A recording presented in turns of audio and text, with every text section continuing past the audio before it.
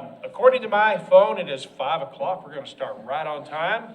I appreciate everybody being here in this wonderful weather we're having today.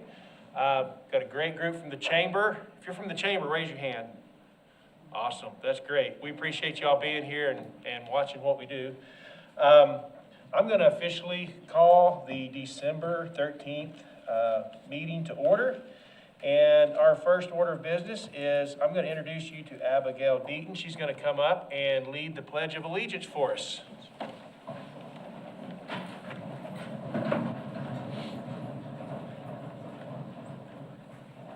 I pledge allegiance to the flag of the United States of America and to the republic for which it stands, one nation, under God, indivisible, with liberty and justice for all. Okay. Abigail, we appreciate you being here this evening. I have an information sheet with all kinds of neat facts about you, but I'm going to just turn it over to you and let you tell us what you think is important.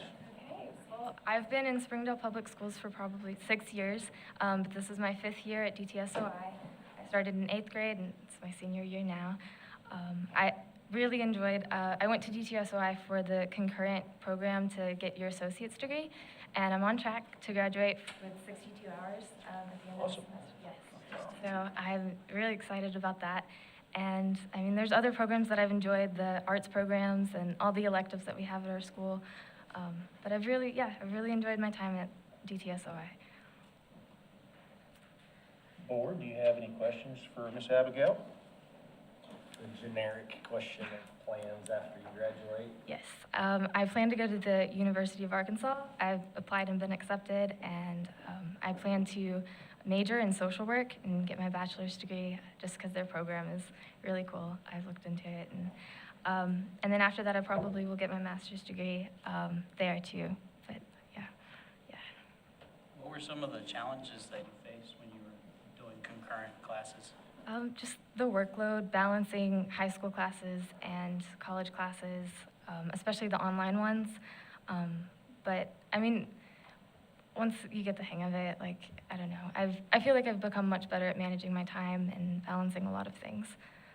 That's awesome. Can you tell us a little about your favorite class? Oh, I really, really like the creative writing class I'm in right now.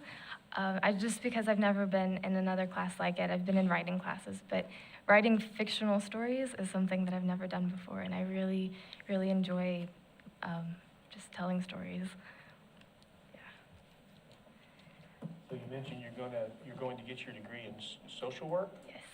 Do you have plans like to go into the public sector, or have you given any consideration to getting into public education? We always do public. Yes, yeah, I've thought about a lot of it. I don't really know what I'm going to do, but I am very interested in helping people, like especially like kids and families. And There you go. yeah, I know. Don't forget about us. Recruiting early. That's right. You said you started in 8th grade? Yes, So you had made the decision you wanted to take college courses when you were in 8th grade? yes. I was really excited about that, and I came in 8th grade because in 8th grade we could also take high school classes and go ahead and earn some credit there. So I took high school classes in 8th grade, and then in 9th grade I started college classes. You have 62 hours right now? I don't have 62 hours right now. I'm taking 9 more hours in the spring, and then I'll have 62 hours after that. So when you're complete, 62? Yes. And the associate's degree is roughly 60? Yes. Yeah. Pretty impressive. Wow.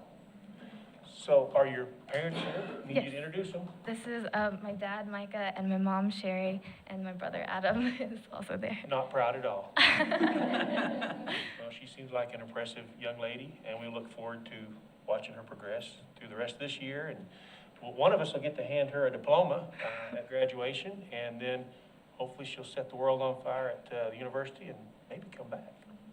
So, anything else, board? Well, we appreciate you being here. Great job. Thanks a lot. Good job.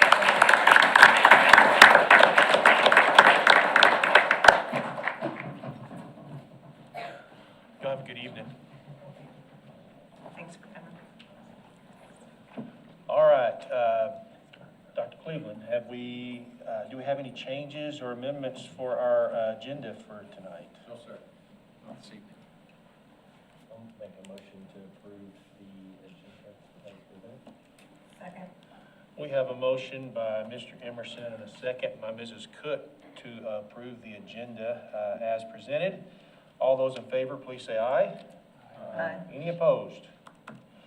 That brings us to the consent agenda, which has the minutes from last month's meeting as well as the out-of-district transfers. I think I counted them up. There's, I think, 11 of them that are coming into our district, and I didn't see anybody leaving our district. So is there any questions about anything in the consent agenda? I'll move to approve the consent agenda. Second. We have a motion by Mr. Bell and a second by Mr. Ramos to approve the consent agenda as presented. All those in favor, please say aye. Aye. Any opposed? All right, that brings us to our presentation by our superintendents and assistant superintendents. I'm going to pass it off to Dr. Cleveland. Yes. Good evening. We have some really awesome, things to talk to you about. Not things you don't already know, but we feel like we need to have some things in public record. I'd like to introduce Ms. Fink this evening to discuss some of our outstanding elementary and middle schools that have really put the world on fire in regards to student achievement. Yes, absolutely. So good evening, Board and Dr. Cleveland. As he mentioned, I'm here to share some exciting special recognition several of our schools received for ACT performance on the ACT Aspire. The first set of awards I'd like to recognize are the Rewards Money schools. Each year, the Arkansas Department of Education sets aside money for financial awards to public schools that experience high student performance, academic growth, or graduation rates. Schools that score in the top 5% in the state for performance or growth receive $100 per student enrolled in their school. And schools scoring in the top 6 to 10% in the state for performance or growth receive $50 per student enrolled in their school. So I'm going to call our schools' names, and most of the principals, I think, are here this evening, and I'm going to ask them to stand and be recognized for their hard work. So top 5% performance in the state of Arkansas, Burness Young Elementary School, $49,800.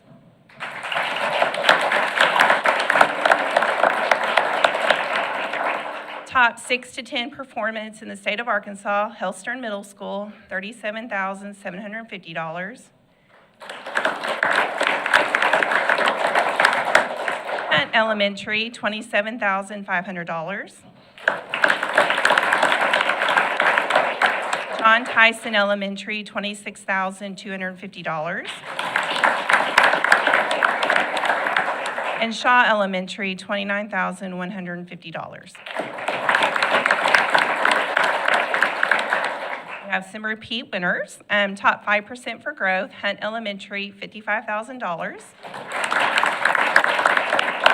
John Tyson Elementary, $52,500. So that is total rewards money brought into our school district at $277,950. So congratulations. In addition to DESE's reward money, the Office of Educational Policy from the University of Arkansas annually releases lists of schools that show high growth in literacy and math on the ACT Aspire assessment serving low-income communities. So as I recognize these schools, I'm going to ask again for the principals to stand and be recognized for their hard work and accomplishments.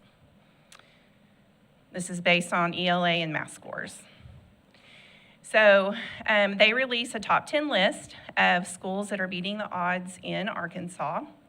And Springdale represented with 30% of the list. We had the highest percent of schools found on the list, so that was a huge accomplishment for us. So congratulations to John Tyson Elementary, who is number 7 out of 10 on our list. For the first time ever, Bayari Elementary was on the list, number 9. And George Elementary, number 10 out of 10.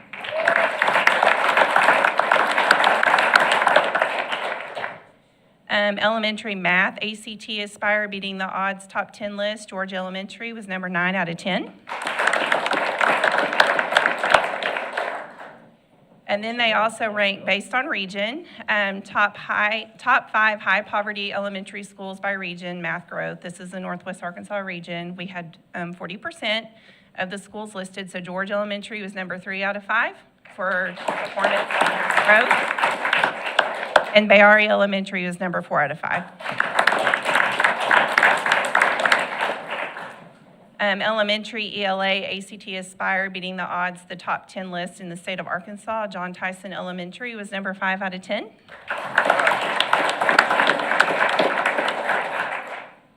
Top 5 high poverty elementary schools by region, ELA growth. John Tyson Elementary, number 4 out of 5 in the Northwest Arkansas region.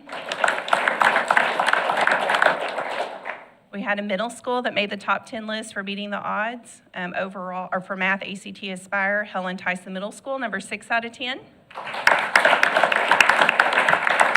And they can stay standing because they also made the top 5 lists for the Northwest Arkansas region for math growth, number 3 out of 5.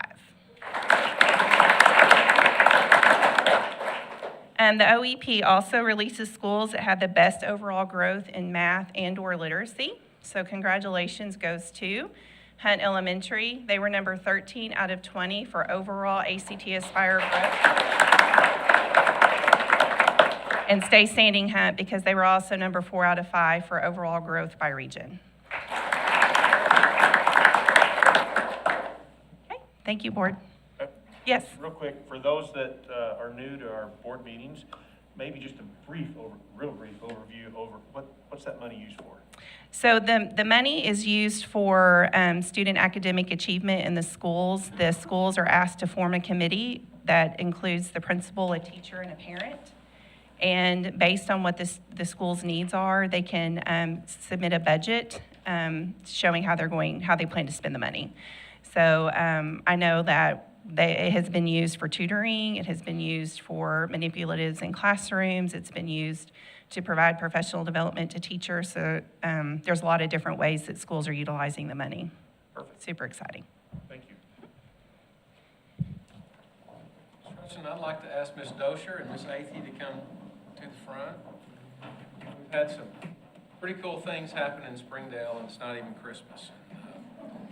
One of the really cool things happened this last week where the Arkansas Education Administrators Association came and provided a really special achievement for Ms. Athey. I'd like for Ms. Dosher to talk about it a little bit and just tell about how secretive it has to be and all of those things, because I was sworn to total secrecy.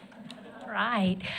Well, it was very hard to keep a secret. I found out about 2.5 weeks before we did our presentation, and so we had plans. It was really hard because we had all kinds of dress-up days and all that, and we had to go through all kinds of stuff. I had to get Miss Fink in on it, but we had a great celebration. We had someone come from, Mike Martins come from Little Rock to present the award, and it was so well-deserved. So we're so proud of Miss Athey. Step forward here, Ms. Athey.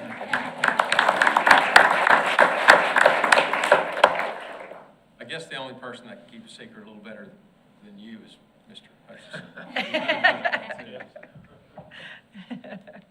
Well, I just want to thank all of you guys for giving me the opportunity to serve in Springdale, and especially at Hunt.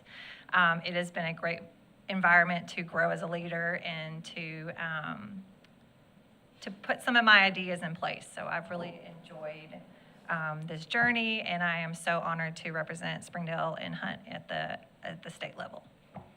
Well, we appreciate your hard work, and I don't know of another district that has more principals, assistant principals, teachers, and superintendents of the year than Springdale. So you're just carrying on a long tradition, and I look forward to a lot more years of that to come. So thanks. You.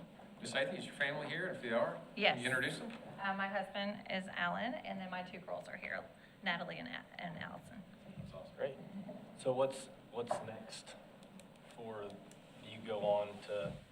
So my application now goes to the national level. Okay. I don't have to do anything additional, Mr. Swap said, but it will just go to the national level and it'll be, I guess, graded based against all the other states. Yes. When is that? Do you know? Sorry. They'll recognize the national outstanding assistant principals at the Maryland conference in summer, the national July. principals Summer. conference, elementary principals conference, and that's in Maryland, July 15th. Yes, so I'll attend that You'll conference. travel to that, okay. Yes, sir. Awesome. Congratulations. Congratulations. Real proud of you. Good job. It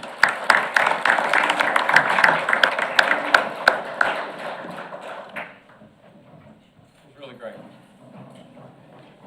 Our principals and assistant principals, and really instructional facilitators, teachers, aides, cafeteria workers, CSSOs, everyone at all of these schools have really worked hard to really move the needle on student achievement. And I know we work hard at it, people work hard at it. A lot of work happens outside, even the ones who have been acknowledged for OEP.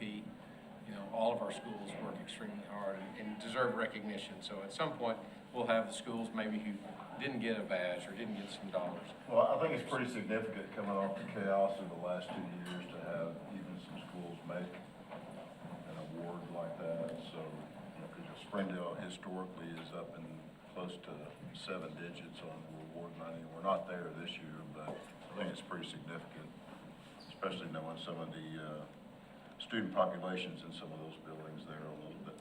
Absolutely. Of the buildings that won awards, so. Well, thank you that's for awesome. recognizing that. I think it's very important.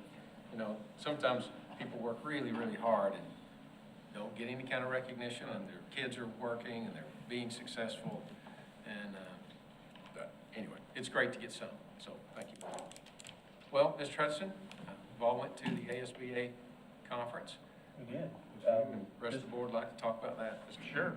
This past week, we spent Wednesday, Thursday, and Friday in Little Rock. All 7 of us were able to attend, which is the first. I've been doing this for a little over 15 years now. It's one of the few times I can remember in all those years where all 7 of us actually attended the conference and got to see some good presentations, got to see a couple of good keynote speakers.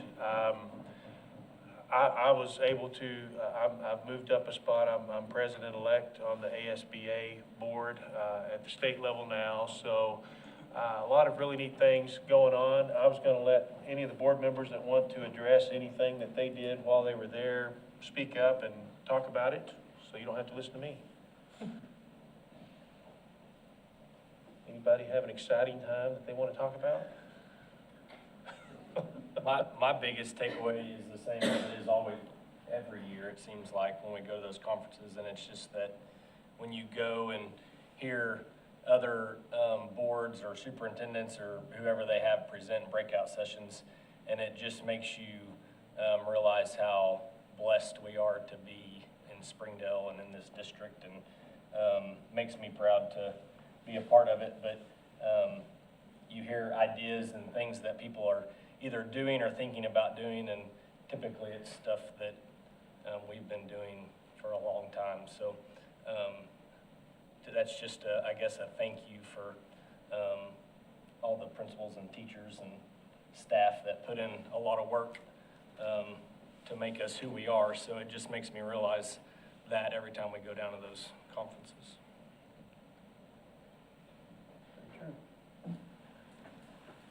That's it, unless you have anything. You were there too? I was If you there have too. anything to add? There were some times that I had to be away, but Me too. I was involved in some state level stuff that drew me away from the actual conference, but for the most part, I thought it was outstanding to have the opportunity to really talk to other board members too, from other districts and other superintendents that were there. It's a great opportunity to network and to understand what's happening at the state level and to check for understanding about what we believe is happening at the state level versus what's happening in other regions. And, you know, we are one state. It's hard to create a system of laws and expectations from the capital for everyone because it's not a one-size-fits-all state, and yet they have to create one-size-fits-all decisions, and that's a tough spot. So You know, as we go into the legislative session in January, I think we need to understand that. And part of that understanding is that we need to be able to be vocal in a kind way, relentless pressure, you know, done in a kind way, with our representatives understanding our needs in our region. Sometimes across the state, the Northwest Arkansas region can look like the streets are paved with gold, right? That's what I hear. And that most of the state money goes here because we have new infrastructure, new roads, and all of those other things that are necessary. And it can create, not that it does, but it can create some jealousy of sorts across the state. And so I think our representatives do a good job. And my focus, as you have told me for sure, and I really believe too, that I need to be appropriately vocal with them for them to understand what's happening in our classrooms and what our needs are. So that's coming, and I know all of you are very engaged with our local state representatives and support them in our effort to help them understand really what's happening in our classrooms and what our needs are. So that's a good thing. That's a good thing about it, having that state panel that came in with Brian Evans and Mr. Wing, and who else was it? Jane England. Jane English, yeah, they were really, English, yeah, they were really good and very open, and so that was refreshing, really. So, anyway, it's kind of my report. I can say what's next is I have to thank the board a lot because I didn't tell them that I was going to be recognized at the state board. I believe it was on Thursday, and when they found out, they were not too happy with me that I didn't tell them. And so they loaded up in the car with me and went over to the state board. And it was recognized as the state superintendent of the year, which was really great. Funny thing was the director of AAEA, who was supposed to be there to talk about it, had a mix up on his calendar time, and so he missed it. So Secretary Key did it for us. But it was great. We enjoyed it. So thank you, board, for being there. It was very nice of you, and I'll never forget it. I didn't realize how special it was until it was over. Okay, as far as business, can we go to D? Yeah, I we've kind of got already did. the resolution to continue Yes. with the ASBA model policy. I think that's mainly a paperwork thing. It is, more it than is, anything. but it didn't allow me to do it as far as a signature. I think it took the president and the secretary. So if you will allow us to just continue with that policy, I don't necessarily believe it has to be a resolution, but it certainly can. I've already signed the form for Leanne, and we may have Nick as vice president sign it since our secretary is not here tonight, and just ask for forgiveness if they don't. I think they'll be fine. Yeah, I with think it. Just they'll need be fine with that. board signatures, so. Do you think we need to, If it's okay, just so we have it in the minutes, it's already Okay. listed that way. I'll entertain a motion from somebody. I'll make a motion to continue the resolution with ASBA model policy manual continuing service agreement. Second. All right, we have a motion by Mr. Emerson and a second by Mrs. Cook to continue with the ASBA model policy manual. Any further discussion? If not, all those in favor, please say aye. Aye. Any opposed to that, please say nay. All right, got it. Thank you, board. We'll get that paperwork taken care of and into the ASBA. Mr. Hayes. Good evening, board. I have a slide for you. I just wanted to give you a quick update. We're approximately halfway through the year, just about. I went back over 5 years to look at our student enrollment as well as the number of employees that we have. You can see I've separated them. 1920, between 1920 and 2021 is obviously when the pandemic hit. So you can see from 1920 to 2021 on the student enrollment, our enrollment ended up decreasing 800 students overall. The majority of that was in our pre-K. You can see that we fell from 1,300 students to 792. Understandably, a lot of parents were not comfortable sending, especially their really small children, to school. And then on the K-12 side, you can see we were down approximately 300 students. And moving forward to 21-22, you can see we also decreased that year in K-12, but the opposite occurred in pre-K. as parents felt more comfortable, kids returned to pre-K. And we think that that's kind of our sweet spot in pre-K, between 900 and 1,000. 1,300 was a bit unwieldy. And so we think that's about where we should be on pre-K. So then you can see going into this year, our numbers are pretty much the same as last year. We're down slightly in pre-K, but you know, that just fluctuates like that. So that's our enrollment side. And then on the number of employees side, you can see, if you just look at the total column over there, you can see we're pretty much equal all 5 years. Now, I will tell you that in 21, 22, for example, if you look at the certified staff, 1771, that's an increase over the previous year of about 35 or so. That is the year that we implemented the ASIs with our ESSER funds. And so we have those, we had those last year, we have them this year, and we're planning to move forward with that next year, while we still have the ESSER funds. At the end of that, we'll have to evaluate and determine if we're going to absorb those positions or if we're going to modify it moving forward. And then on the classified side, you'll see that we're up slightly this year, 1340 to 1350, which actually represents a decrease overall because we added 19 CSSOs, as y'all know. Now, when I talk about these additions like CSSOs and the ASIs, keep in mind that they are paid with restricted dollars, and so it's depending on that funding being available. So anyway, I just wanted to provide you guys with an overall increase. We are very cognizant of our number of staff. If we don't have the kids, we can't have the staff, so we try very hard to not fill positions if a vacancy occurs unless it's absolutely needed. So any questions on this? The CSSOs and the ASIs, you said the funding will go through next year. Well, actually the CSSOs are paid with ESA funding, and so that funding has been around for a long time, and it's not going anywhere. But the ASIs, they are funded with ESSER dollars, and those funds have to be spent by September of 2024.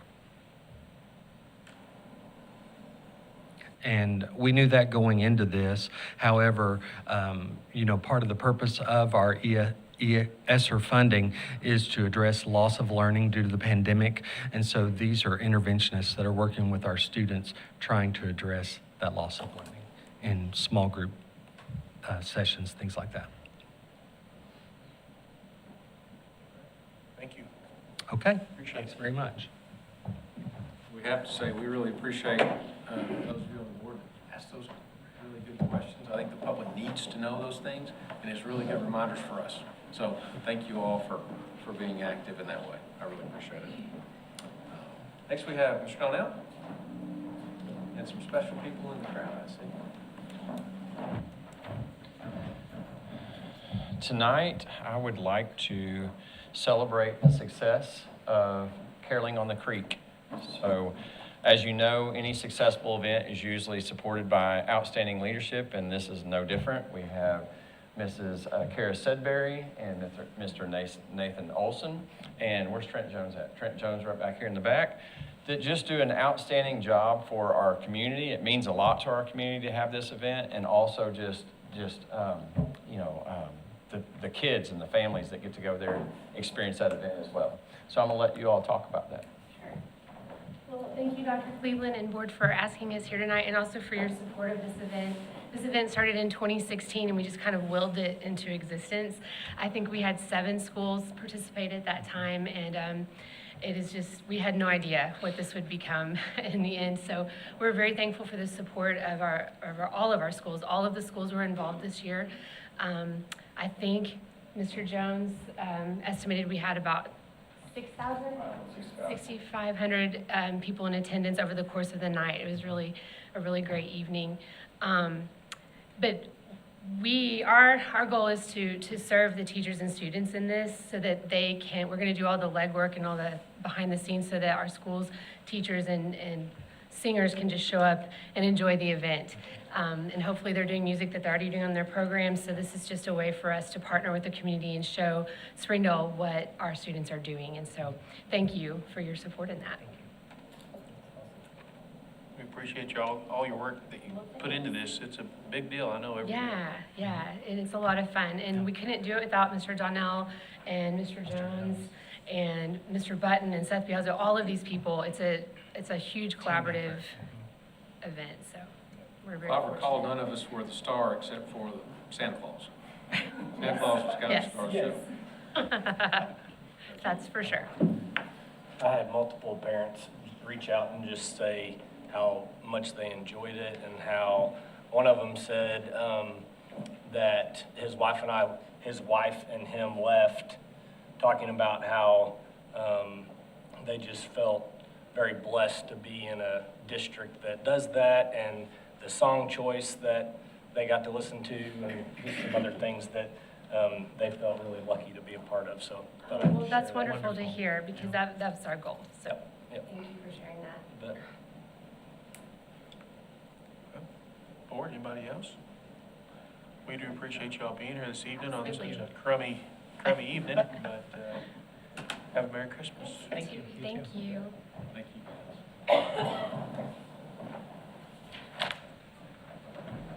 You back up, Ms. Tracy? Okay. All right, Board. The next item that I have for you this evening are the November financials. Actually, typically the month of November, we have some of our highest balances because everyone's just paid their taxes. So we appreciate all the patrons out there paying their taxes. Always puts me in a good mood. I don't know about anybody else. The newspaper had about a 15-page insert of everybody that didn't pay their taxes, though, this past Sunday. Wow. are you calling those people? Yeah, we need to call those people. No, they have to pay a penalty, so I'm fine with it. More money. No, don't, I'm not. In looking at the revenue report for this month, you'll see that we are just about where we were this time last year percentage-wise, so I feel really good about that. And then on the expenditure side, we are a little bit ahead of where we were this time last year. But looking back over the numbers for the last several years, we're right in line with where we were pre-COVID. Because we had COVID leave for the last couple of years and we're able to divert some expenditures over to the federal funds, that lowered our expenses in operating, but I feel really good about it. We're right in line with where we need to be. We did make a debt payment this month of a little under $4 million. We will make the second one in the month of May. Anyway, that really pretty boring, I'm sorry, but everything's looking good so far. Any questions for me? We like Orange is good. I like boring too. I make a motion to accept the December financials, or November financials as presented. I'll second that. I can't read. We have a motion by Mrs. Cook and a second by, was it Mr. Bell? To accept the financials as presented. All those in favor, please say aye. Aye. Any opposed? The next item I have for you to consider, Board, is an incentive for our substitute teachers. Last year, we had this incentive in place. We eliminated it at the beginning of this year, along with the other large school districts in this area, but now the other large school districts have gone back to providing a higher pay level for substitutes, and so we're all fighting for the same people, obviously, and so we want to make sure that we're competitive in what we pay our substitute teachers. So we're asking the board to allow us to pay an additional $20 per day for substitute teachers to be effective retroactively to December 1st, and we would pay this extra money from our ESSER funds. Up with the Joneses. Yes. You remind me what they did, It ranges from $90 up to like $105, depending on their level of experience in education. So when ESSER money is gone, Mhm. it will go back to, Yeah, it'll be a district expense. We'll have to, yeah. Mhm. It will.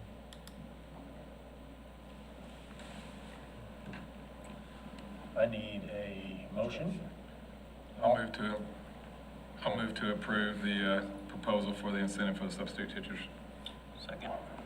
All right, we have a motion by Mr. Bell and a second by Mr. Ramos to approve the additional $20 per day for substitute teachers. All those in favor, please say aye. Aye. Any opposed to that? Thank you.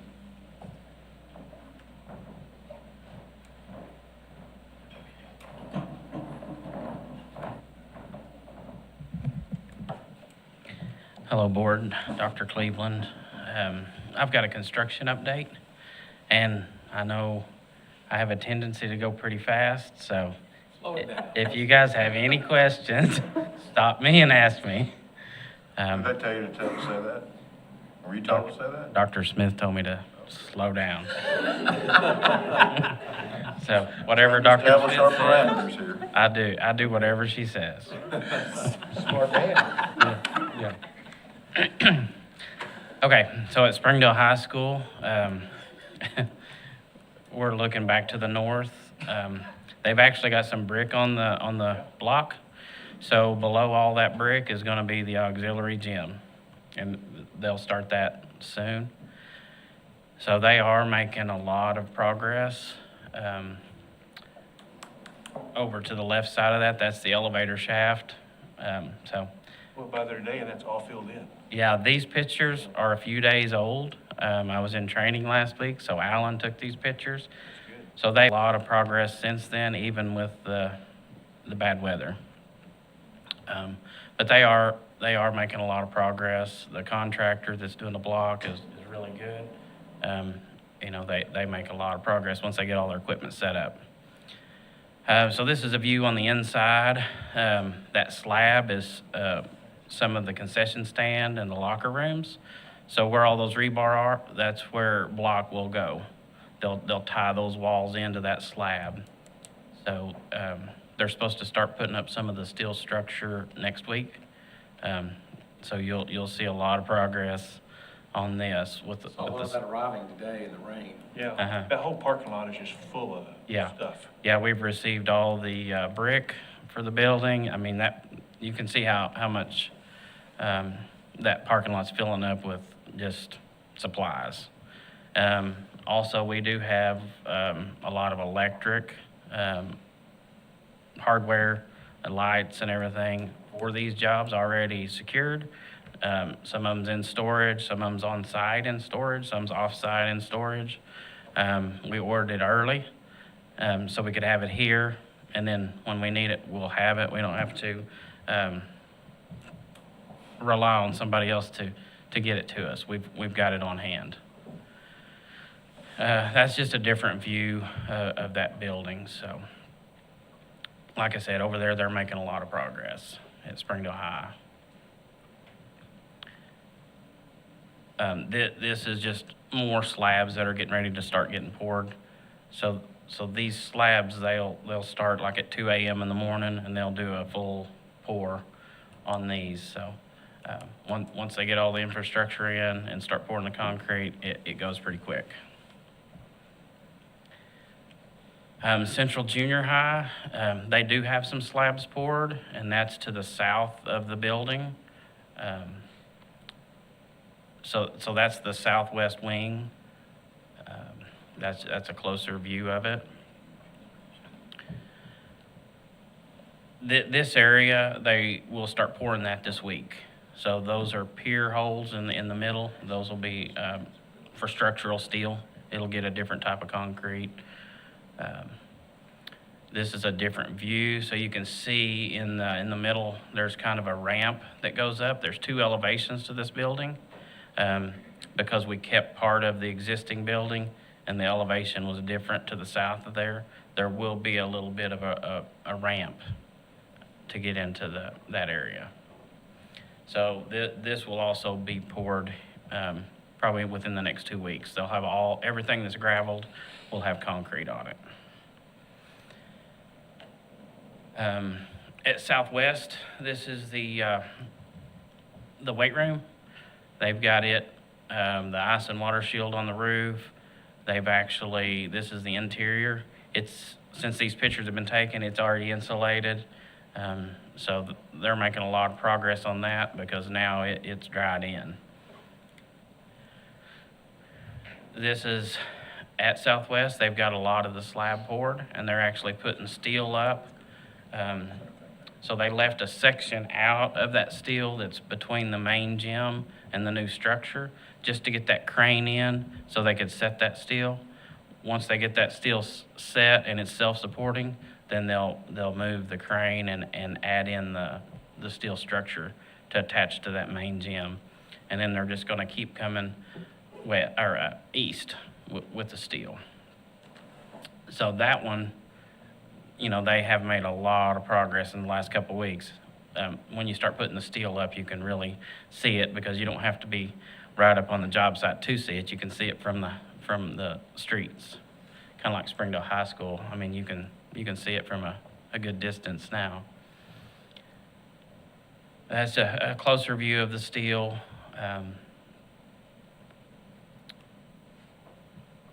So that's about it for construction. We have got all the HVAC units on at Joe Kelly and Helen Tyson. We've added air and heat to the Sonora Middle School and Hellstern gyms. So those units are all set. Joe Kelly and Helen Tyson has a few things just to finish up, some of the ductwork and just little things, but for the most part, those projects are complete, and that they will 100% complete those over Christmas break. How about, yep, that's what I just. So George Elementary, we should have 100% drawings from core by the end of this month. And we did finalize the insurance on the tornado damage and the district hail damage. So, I mean, if you remember, after the tornado, we had that hailstorm, and we had a lot of schools, the roofs got damaged, and we had to assess every roof in the district. We got a list. It's a pretty extensive list of damage, so. So we got 2 claims right now, one for the tornado and one for hail damage. Have we been paid for either one yet? Yes, we've been paid, we were given $1.5 million in advance for the tornado, and then I just signed off for them to send us another, I think, $680,000. And then they'll have a residual of $300 and something thousand that will be paid after we replace After the work's the done. So about $2.5 million altogether. Yes. So, And that was for the gym and the damage to the roof of the main building. that's to repair all of the existing building and replace that gym. We're gonna use that money plus the money that we were gonna use to do a media center and do a complete remodel. Correct. Okay. The hail damage, we're having to get ready to put our RFQs out to get those repaired. So that should go out in January, and we've already made temporary patches on all the damage. As soon as it happened, we started making those repairs, so we're not in a rush to replace anything. So we're gonna take our time, get the RFQs out, get the best price we can, and then we'll schedule a time for the repairs to be made because, you know, we've got summer coming up pretty quick, and we have a lot of summer schools this summer also. So we're gonna try to work around all the schedules and get those repairs finalized. Is there anything? So I've got about 20 questions. Okay, perfect. I can answer questions all night. No, I do have a couple comments, and one of them's kind of telling on myself. So I showed up here at the district office 3 weeks ago. You know, I usually make about 50% of our weekly activities as board members, so I was trying to raise the performance level up a little bit, and I showed up here for lunch and learn. Didn't really check my calendar, so I was the only one here to lunch and learn by myself. So I met Damon in the parking lot the other day, and he said, well, come on, go over to the bus depot, and they're having Thanksgiving lunch over there. Yeah. So I got to spend about 30 minutes. I got the Kevin Conkin tour of all the facilities and all the things they've done to make the place look better. Yeah. I was completely impressed, and it's probably one of the best 30 minutes I've spent Good. doing something with the schools in a long time, so just want to tell you, appreciate that. Yeah. And still, the best kept property improvement secret in Springdale is Helen Tyson Middle School, where you're filling in the ravine there. Yeah. Looks fantastic. So that's actually, we're saving money by doing that, and we're getting But it some looks flat, really some good. flat land. So, that's where all the field dirt's going from these projects. So, The truth is, the guys at the maintenance department really like playing on bulldozers. yeah, we're really wanting a little bigger one. Yeah. Oh, Well, it's a big ask. yeah, here So we I'm gonna go. have to kind of, I'll run a little bit downtown, so I kind of choose a area of town, and I always run by one of the schools, but that day I drove around where all the buses are and your maintenance shop and everything, and it's just, everything's really in good order, and I like seeing that, because that shows who we are, and you know, people, all these building improvements, that the long-term lasting impact on the community, how that's gonna be perceived 10 years from now. I mean, that's great. So, anyway. Chairman does a good job. Everyone in the departments, all of them, do a great job. Yep. All right, thanks. Thank you. Paul?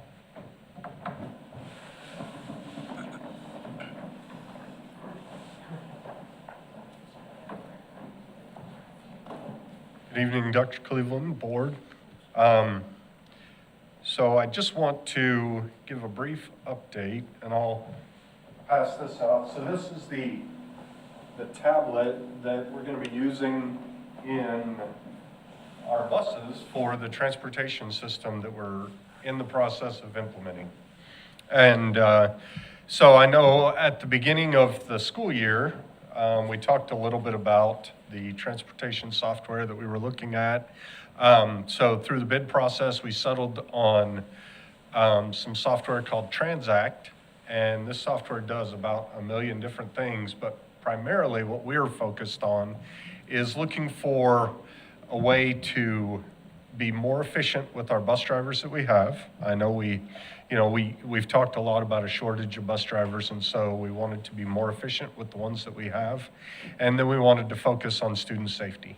And so those were the two priorities when we looked at what software we could use to kind of transform our transportation department. And so Transact has been so far a great partner in helping us implement this software. And so currently we're in the phase of verifying the data. And so what that means is we've gotten 2 different tablets just like that one.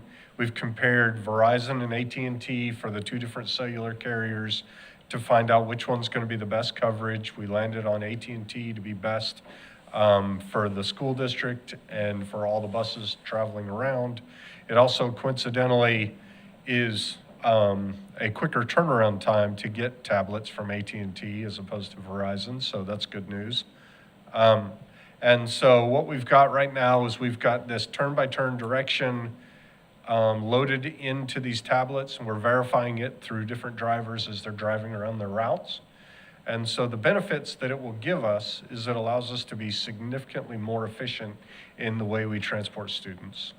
So what it's giving us is turn-by-turn directions, on-the-fly modification to the routes that they have. It allows us to optimize the routes after they travel it, because if a bus driver travels a route and he's like, well, it's more convenient if I circle the block and make a turn around than it is if I turn around in this particular area and come back. So they can make those tweaks to the routes after the bus driver routes it, because it'll show an overlay of the route that is supposed to be driven and then the route that's optimized by the driver themselves. And so it allows us to kind of tweak what we've got going on so that it best serves the students and the efficiency of the drivers when they're traveling. So it makes the most of the drivers that we have. And then the second phase of the project will be implementing student check-in on the buses. So we've got scanners that will allow the students to check in when they get on a bus. And there's a companion app that the parents can configure on their phones. And they can set up a geofence up to a 10-mile radius, which is kind of crazy, but that's what their software allows.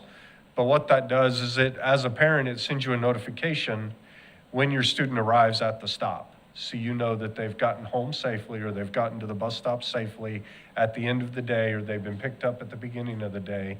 So that as a parent, it gives you that peace of mind about your student traveling on the bus. Will it give some notifications like we're 3 stops away or where? No, and I mean, can they track it? no, they can't. And specifically for that is safety for all of the kids on the bus. So it just gives that geofence location for when they're dropped off and picked up, because we don't want anybody figuring out how to follow a bus around, essentially. So that's some security that's built into it just for safety for our kids. So currently in the process, we're validating the data. And as soon as we validate that all the routes are good, and we've also had some delays from, everything related to electronics is delayed shipping everywhere in the world. And so hopefully shortly after we get back from the Christmas break, the tablets will start to arrive. We'll get some training for our bus drivers, because what we don't want to do is roll this out too quickly, because safety is a priority, right? And so we want our bus drivers to be comfortable with the tablets. We've got some older bus drivers. We want them to be comfortable with using the technology in a way that's seamless while they're driving the bus, because it essentially is going to be their navigation while they're moving in the bus, and we don't want it to be a distraction for the drivers. And so we want them to be comfortable with it so that it's an enhancement to what they're doing and not a distraction. And then it also gives an opportunity for, if you have a substitute driver, it gives them turn-by-turn directions so they're not having to try and figure out where all the stops are to get kids home safe. And then the second phase of the project, once we validate all the data, get the tablets installed, all the bus drivers are comfortable with it, we'll be moving into checking kids in and out of the bus. So we want to get everybody comfortable with the navigation first, and then we'll move into the second phase of accounting for students on buses. Will they have like a name badge or something? They'll have a QR code, just like the one pictured up there, that they can scan, and that will register them on and off the bus. Where's that QR code? Because, I'm thinking of a second grade kid with a QR code. It'll be on their ID, it'll be printed on the back of it, Okay. so they can just scan it real quick when they get on and off the bus. And we can, Kids have name or lanyards and stuff? they have IDs, they use them when they buy lunch and all of that. And they can, with the QR codes, they can print those out easily. We didn't want to go with something that was going to be complex to print or, going to be cost prohibitive to try and implement in a school. It's been a long time since I had a kid in Sure. elementary school, so I wasn't sure. Absolutely. Do you have any other questions? Is it going to be, not attached is the wrong word, but how is it going to be mounted or put on the bus? So on the bus, we'll have a mount that's similar to like what you'd use for your phone in your car. And it'll be safely secured on there with a charger so it can be charged all the time on the bus. And then it's ready for them to use when they get onto the bus.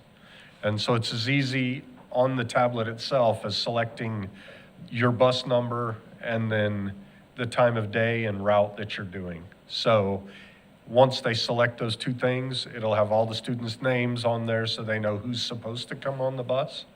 And it'll also have turn by turn for how to get through the entire route. For the scanning, is it a separate device? It is a separate device that plugs into the tablet. It's not Bluetooth. Right. Pretty exciting to have this technology actually on our buses and ready. Absolutely. I had a question though. If, let's say that we have a trip, we do a lot of field trips. Is this system capable, like your phone is, to plug in a route and then that go? What we can do is we can, transportation can pre-build those trips so that they can be directed turn by turn, just like any of our normal routes. It's pretty easy to build those routes. So they can, they have the ability, and part of that is so that the bus drivers themselves aren't having to fumble with the tablet. You know, we want them to have to click as few buttons as possible. So it's simplified to where they just select their bus number, their route, and, you know, so if transportation knows ahead of time, they can build that in so that they can select that as their route. Well, think about aviation. You file your flight plan. Right. You know, that's good to know where those buses are supposed to be. Should anything ever happen, and sometimes it does, flat tires, transmissions, whatever. And from the transportation perspective, they can see a dashboard to see GPS of where all their tablets are. So they'll be able to monitor that. But from a parent perspective, that's something where we're just doing the drop-off and pick-up points. So for example, my son needs to ride the bus. He does it all the time. And he calls me and says, "Hey, Dad, the bus never stopped to pick me up." And I called transportation. Transportation said, "Yes, we were there at X time." He wasn't there. He's telling you a fib. It's that easy, right? They know Yes, sir. exactly where the bus is, what time it was there, what time it should be there if there's a delay. So if a parent calls and says, "My child's still outside," well, that's, I think, where it can come into what you were talking about, Ms. Cook, to say, it's 2 stops away. It'll be there momentarily. We know exactly where it is. Yes, sir. When they complete a route or in progress of a route, it gives time stamps of when they were at each stop and where they were at each location. So it gives an estimated and then an actual. So you say them, it gives the transportation department that, but then the parent's not going to be able to tell exactly where it is. Right. So the geofence, how could a parent structure distance on the geofence? Yes, sir. So Do they restrict it to? they can restrict it down, I'm not sure what the smallest section it can go to is, but they can restrict it to essentially the bus stop so that they know when the bus gets there. So for those of us that are familiar with Life 360, do y'all use that at all? Oh, yeah. I do too. So sometimes I get a notification of, my son made it home. Correct. My wife's at home, or that's what it'll do. Yes, sir.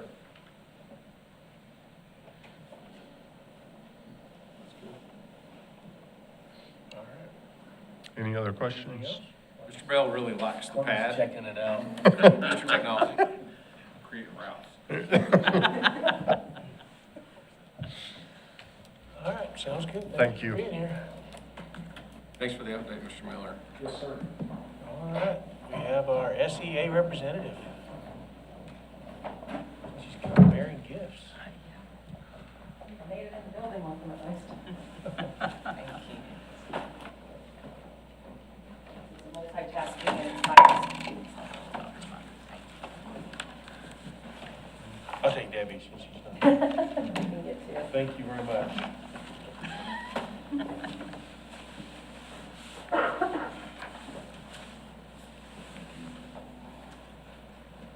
So much. Merry Christmas.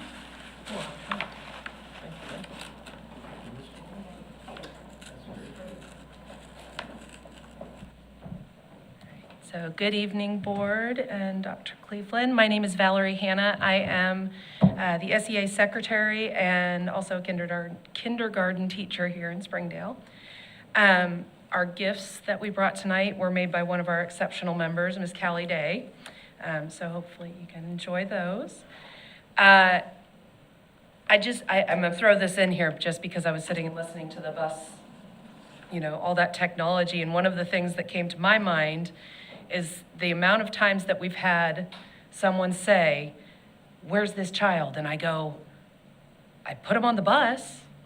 But in my mind, I went, did I put him on the bus? Like, I think I put him on the bus. I put him on the bus every day. That's where they're supposed to go. So the idea that we can instantly go, yeah, they're on this bus, they're in this place, that to me is awesome. It's amazing. Also, the substitute incentive program, glad to see that coming back because it's definitely a struggle right now. And I know you guys already know that, and we are faring as well as we can in the schools for sure. I know I stepped in last week. We needed one of our instructional assistants to step in as as a substitute that day because we had a teacher that had a funeral at the last moment, so, unexpected. And I took the instructional assistant's lunch duty so that she could have her lunch. And lunch duty is not fun with fifth graders, just saying. So, that being said, I'd be really glad when we can here's a substitute for you, you don't have to worry about that. So last time I saw you guys, we were talking about that we had some community projects that we were looking into doing, and we ended up coming up with 3 different things, one of which we're gonna do this week we're doing some little treats that we're putting together for some of our classified staff, just as a thank you to them for all that they do. Not all classified staff, so I hope nobody gets jealous, but there's only so many of us. We also were able to give a financial contribution to Elmdale Elementary to go towards their Operation Reindeer event, just for some extra added funding for that. And we were able to find a Springdale school family that we're doing kind of an angel tree type situation for, just to better support, again, one of our Springdale families. And that is actually all I have for tonight, other than, gifts and a Merry Christmas to all. So, you have any questions? Thank you. Oh, you're very welcome. Appreciate it. Merry Christmas. Do we have did anybody sign up? Nope. All right. Well, I think with that, I'm gonna say meeting adjourned. Chamber folks, if you need someone to sign your thing to show you were here, come on up.